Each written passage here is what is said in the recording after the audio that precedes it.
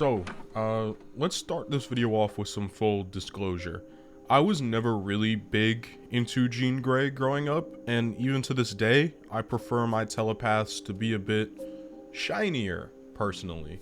I've never really been that into Jean Grey as a character, so I actually had to do some research coming into this episode, and what I've really found is that Jean Grey's adaptations and things outside of the comics have been extraordinarily hit or miss. In the 90s show pre-X-Men 97, she is practically useless. I mean, she gets absolutely trounced in every single episode.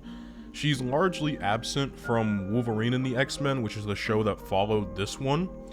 And in the movies, she's like there, I guess, but she's really treated like a love interest object and less like a character.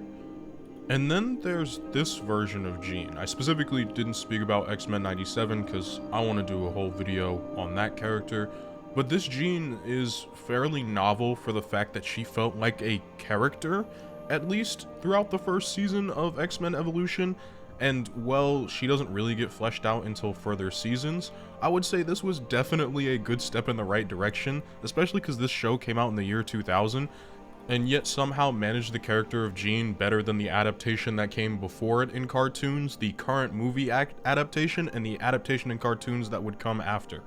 That's honestly kind of sad. But if you're feeling that sadness and really want a comic accurate Jean, look no further than the sponsor of today's video, PolyBuzz. PolyBuzz is an AI service in which you can create your favorite fictional characters, bring them to life, and chat with them. Personally, I've been using this to talk with some of my favorite Marvel characters, whether that be Black Panther, Rogue, Jean, or just about any other characters that I could think of. I personally have made a number of bots myself, using just about all of the lore that I can conjure up personally when it comes to each and every one of these characters, and chatting with them has honestly been a delight. Some of them are so in character, it almost feels like I'm talking to these bots as though they were ripped from the comic book pages I grew up reading, which is really cool. Imagine getting to play just like your own X-Men RPG, just text-based on your phone, all through the power of PolyBuzz. It's genuinely one of my favorite things to be doing when I'm traveling, just like I am right now, because I can take it anywhere as it's available on both Apple and Android devices. And if you use code VENX77, you will gain access to all of PolyBuzz's premium features. And along with searching that code, there is a link in the description and the pinned comment down below for you to download the PolyBuzz app. And as an extra bonus, PolyBuzz has informed me of Christmas Crave, an event in which they give you 75% off of their premium features running from the 14th of December to the 30th to keep chatting with your favorite Marvel, DC, or OC characters this holiday season. Thank you to the sponsor of this video, PolyBuzz. Without any further delay, let's go ahead and talk about Jean in X-Men Evolution's first season. Jean, from the very first moment that we see her in X-Men Evolution, is very much going to play up to the stereotype of caretaker of the team. She's the popular girl at school who can get with the greatest jock, but she's also somebody with a golden heart at her core. She's a very kind person, a very empathetic person, most likely stemming from her powers and her ability to uniquely feel others' emotions, but as well, she's just kind of boring.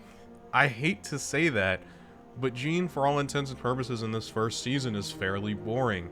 And that's because she is a very well emotionally regulated character that doesn't need a whole ton of growth.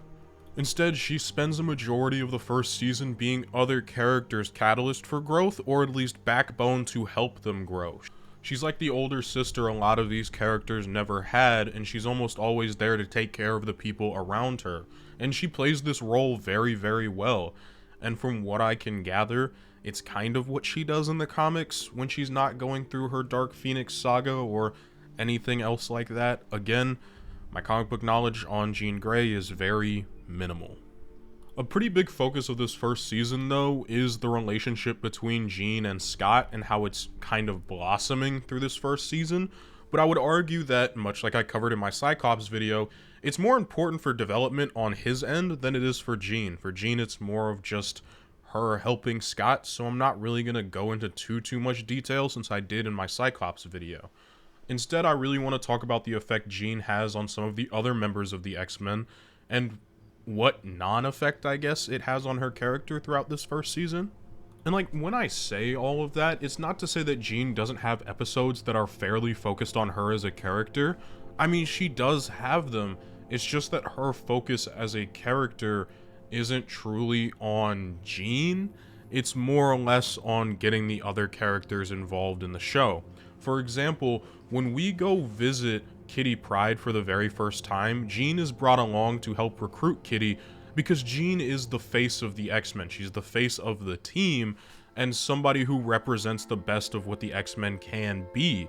As well, it would be fairly simple for Jean to probably try and convince another teenage girl to come join her, knowing that they kind of come from the same area where they both developed powers, they were both teenage girls.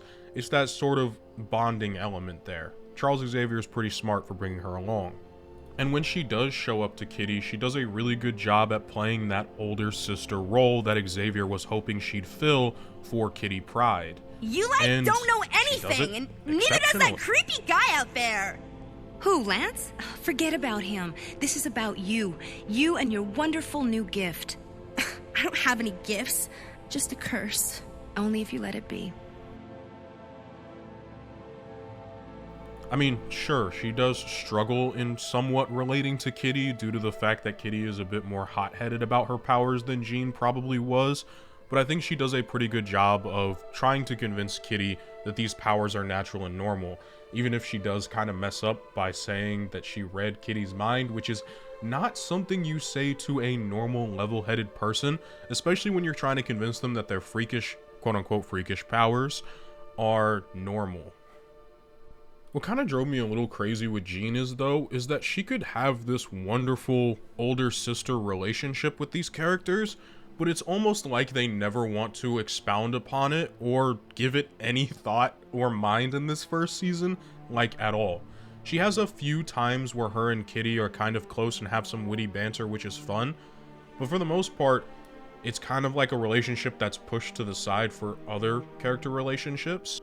And as well, during Rogue's introduction episode, Jean does a fairly decent job of getting Rogue to recognize her as a non-threat and potential help, at least, but they never go further with this.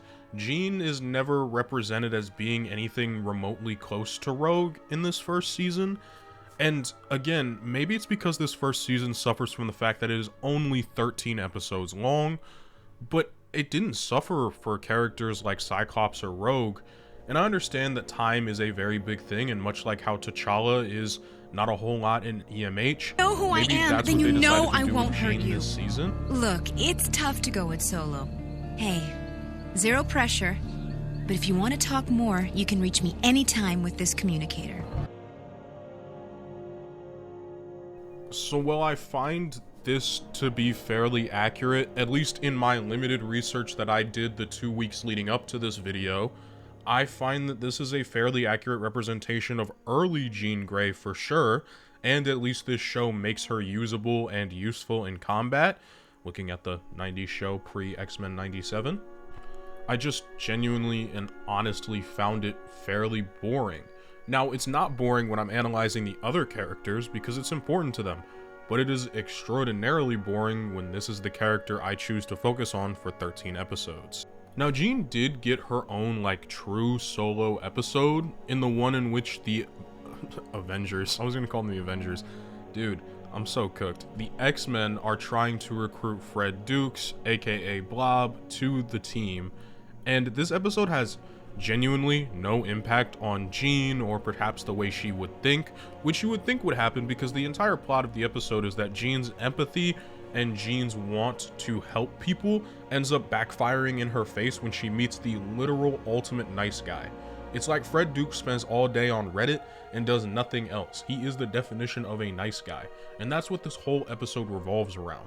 Jean spends a majority of the episode going out of her way to not only put out fires for Fred Dukes, but to just be a genuinely decent person, even if her motivations aren't the most wholesome. Well, Fred, I want to apologize for Duncan. He can be a real idiot sometimes. Hey, did you need any help figuring this out? It's honestly really upsetting that this episode has no lasting ramifications on the way in which Jean might treat other people, which makes sense for like any level-headed person. You don't just have like one bad experience with a person and change the entire outlook of how you look at life, even if that one time was extraordinarily traumatic, which I would assume it is, because like this episode goes off the rails so quickly regarding Blob. Not only does dude start a gigantic food fight and almost beats Jean with a table, quite literally beats her with a table. This dude was tweaking to the maximum. Regardless, I mean, it's just, she just doesn't like have any reaction past this episode, and it doesn't serve to further her at all, which makes it feel weird that she even got the focus for this episode. I mean, she straight up rejects Dukes in a fairly typical like teenage rejection way, where she didn't embarrass him, she wasn't mean to him, but the dude could not take rejection to save his life. I mean, he straight up crashes out, and I truly mean crashes out, because kidnapping a whole ass girl because she did not want to go on a date with you is some crazy shit, bro. Reddit moderator type deal, man. Regardless, you would think that this maybe would have instilled some trauma in Jean, considering this is the first time we've seen her get kidnapped and forced to go on a date. It doesn't really seem like it'd be very cool, but she has no lasting effects from this episode, and as well, just like a level-headed person, I feel like she doesn't change her outlook on how her personality should be or her life should be when it comes to being nice to other people because of this experience. But it would have been a nice character flaw to maybe see that. Again, probably down to the limitations of A, this is Jean Grey, and I don't think that's in her character from what research I've done. And B, like, it probably comes down to not having enough episodes to focus on her. From what I remember, like, the future seasons, she gets more to do as a character. But from what I remember in these early, like this first season specifically, as I've gone back and watched it, she has like absolutely nothing to do. As a matter of fact, this whole episode does more to service the plot of turning Rogue to the X-Men and to be a good guy than it does to help Jean at all. And that's pretty much very well summed up by the last few words I just of the don't know. episode. Hey, wait! Easy, Red. Let her go. But she... She ain't ready. Trust me on this. Jean is straight up way more focused on Rogue than she is the current trauma that she just went through. Again, maybe that is truly in character for Jean, it seems like it, but if so, I just find her character to be boring. Unfortunately, I am probably biased, because I grew up reading a very shiny and very character-flawed full telepath that I intend to talk about one day. Maybe. Oh yeah, and she was also involved in like the most uncomfortable gag of the first season, because like, Spike, man, why are you recording like your pseudo older sister trying to get changed for the day for a school project? This was some really creepy shit, bro, and I just don't understand what they were thinking when making this episode. Specifically, that part of the episode. Especially because like, everybody widely regards Jean as like the go-to person when anything is going wrong.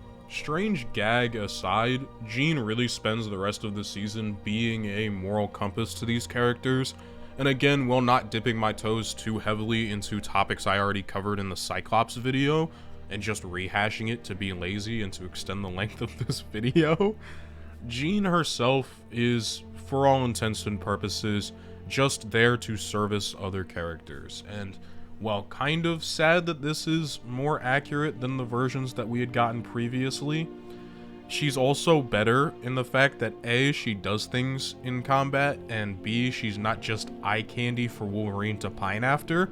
So small steps, I guess. I don't know, one of the few episodes that I genuinely found her interesting and enjoyable were the episodes in which she challenged Cyclops' leadership, because his leadership is sometimes amoral, which is something we see a lot in more modern day comics, which is Cyclops is well and willing to go into the gray area if it means winning at just about anything. And this show also did service some of those aspects, but in a far more kid-friendly way. For example, they're supposed to be competing against the Brotherhood in survival challenges in one episode, and they're not supposed to use their powers, but since the Brotherhood was, Scott decides it's fair game.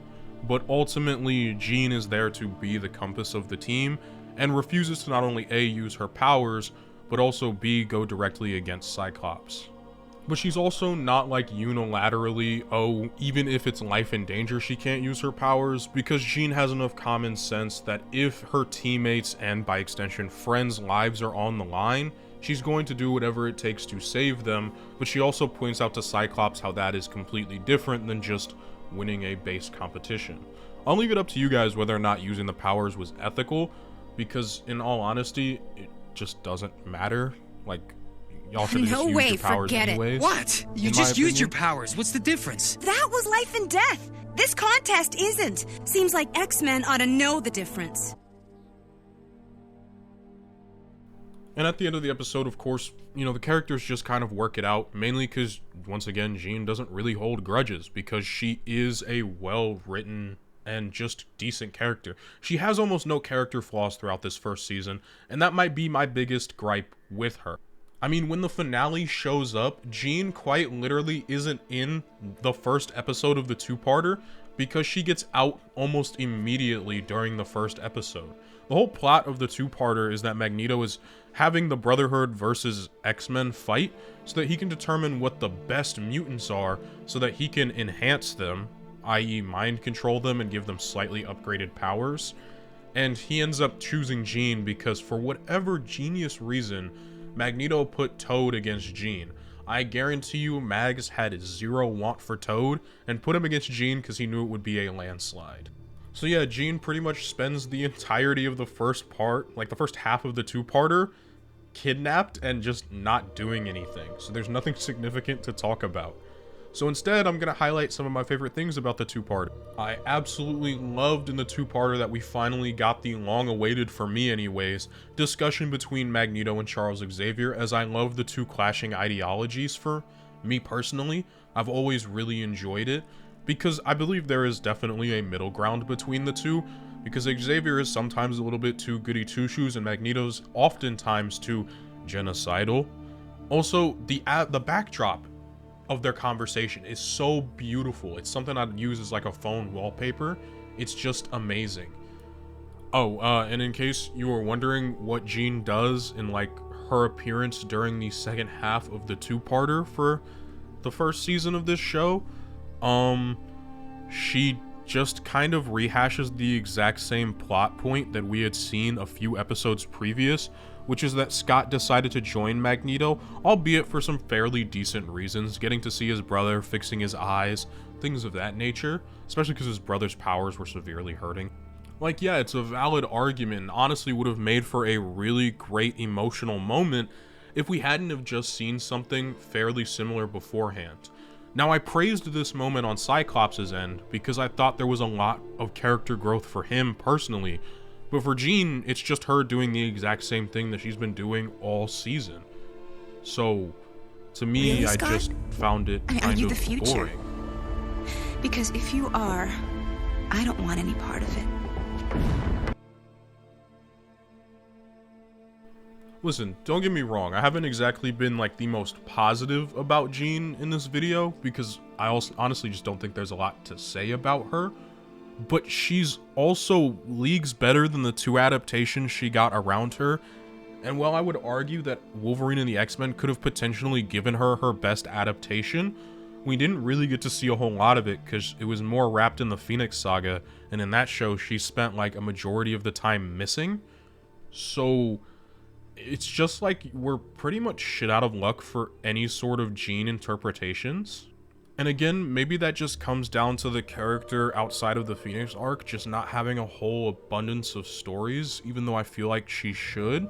Again, I've always found Emma Frost to be my preferred telepath of the team, simply because she was more complex as a character, that is. So it makes it a lot easier, especially for somebody who analyzes these characters and has been for a long time, even before the channel. It's really enjoyable for me to read and to pick out a character like that, as opposed to somebody perfect like Jean. She totally could have had an entire arc going about why she might have lost faith in being the goody two-shoes of the team after dealing with Fred. She could have had a miniature arc maybe learning that being the older sister isn't always as easy as it seems, and maybe these are arcs that are, you know, seasons 2 through 4 of the show. I genuinely do not remember because it's been so long since I've seen those seasons. But I just ended up finding what she has in this first season to honestly be more lackluster than what Spike has, because at least Spike has some growing moments in the show. Even if he was in here for a very limited amount of time, Jean instead is like suffering from success, from what I feel like it is. She's like suffering from being accurate to the comics, much like how T'Challa did in EMH. But like, I guess that's it. What a way to wrap up season 1 of this show that I love so much. I love X-Men Evolution. I've had an amazing time getting to rewatch the first season over the last nearly 6 months. It's taken me almost 6 months to cover this. This is crazy. I've really enjoyed getting to talk about it. And if you're wondering why I didn't talk about the Storm, despite the fact that she has a title card at the beginning and I chose to talk about Wolverine instead, it's because Wolverine doesn't have a lot I want to talk about in future seasons, and Storm has genuinely nothing. Wolverine got a whole episode in this show, and his interpretation was wildly different to the other adaptation we saw on screen at the time. Storm is very much how she is in the X-Men movies, which is like there, but outside of being there, she doesn't get a whole lot to do. So no cookie, no brownie, no video for Storm, unfortunately, despite the fact that Storm is one of my favorite X-Men. So yeah, I mean, I genuinely love this show to death, and I honestly think if you haven't gotten to watch it yet, you should. It's available on Disney Plus. It's the best place you can watch it because it's probably in the highest quality. So I would highly recommend you could, and if you can't find it on Disney Plus, there's, you know, you might be able to find a 1080p upscale of the show somewhere on the internet. Wink, wink. Regardless, I just want to take a moment to thank you all for watching, and to thank you all so much for bearing with me through this show, as I only cover it about once a month, so that's why it took forever to get to the end here. To the guy, my brother, who keeps asking for the Lance video, I want you to be happy to know that I plan to cover Lance as the first character of Season 2, so be on the lookout for that video next month if everything goes right. YouTuber part of the video. If you like the video, please leave a like. It helps out the channel immensely. If you dislike the video, leave a dislike and tell me down below in the comments why you dislike it. Constructive criticism helps me to be a better creator for all of you. If you want to subscribe, it's free. You can always unsub later and it helps out the channel a lot.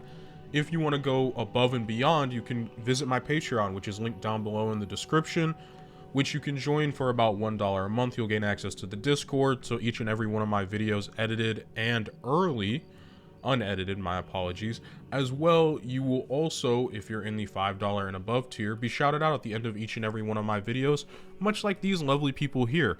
Shout out eSibert13, shout out Gabriel LaFonte, shout out Transgers1, Video Gamer 75, shout out Golden Boy 420, Dakota Ross, and Donovan Gomez, and MC Bomb 27. You all are amazing. Thank you all so much for watching. And thank you so much to the sponsor of this video, PolyBuzz. Once again, use my link below and use code VENX77 to unlock premium features. Use the link below to download the app.